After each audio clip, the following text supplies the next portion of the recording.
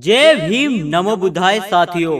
दोस्तों, आज हम आपको बताने जा रहे हैं कि हरिजन समाज की उत्पत्ति चमारों से हुई है। तो आइए दोस्तों जान लेते हैं हरिजन समाज की उत्पत्ति कहां से हुई और हरिजन शब्द सबसे पहले किसने और क्यों कहा। दोस्तों, ऐसा भी कहा जाता है कि चमारों को ही हरिजन कहा जाता है। तो आइए दोस्तों जान लेते हैं इसके पीछे की कहानी के बारे में।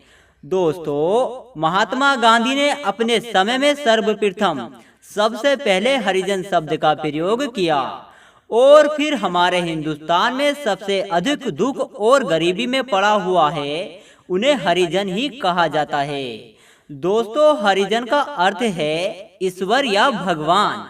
महात्मा गांधी ने पुणे की यरवदा जेल में रहते हुए ब्रिटिश सरकार दलितों के लिए प्रथम निर्वाचन की पद्धति स्वीकार किए जाने के विरोध में 20 सितंबर 1932 में उपवास शुरू किया था और महात्मा गांधी तथा ब्रिटिश सरकार के बीच हुए पत्र व्यवहार के प्रकाशित होते ही उनके इस उपवास की खबर काफी तेजी से अखबार में फैली और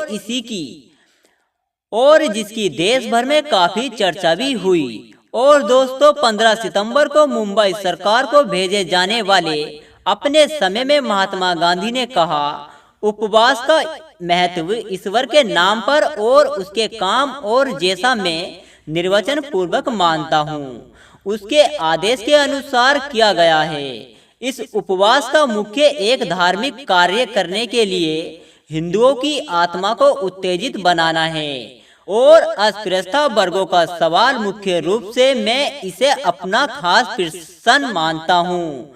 दोस्तों, एक और उसी सरकारी निर्णय को बदलने की बात जब सामने आई तो दूसरी ओर अस्पृश्यता के समाप्त करने की भावना जागरूक हुई और इसका हल निकालने के लिए राष्ट्रीय नेताओं की कई बैठकें हुई, जिसका मतलब यरवदा करार दिया गया या यूं कहें कि जिसे पूना पैक्ट भी कहा जाता है। और इस बात पर डॉक्टर अंबेडकर और एमसी राजा ने दलितों की ओर से तथा पंडित मदन मालवीय ने शूद्रो हिंदुओं की ओर से अपने साइन किए। और दोस्तों, इस समझौते के तहत ही हरिजन सेवक संघ सामने आए और उन्हें ही हरिजन कहा गया।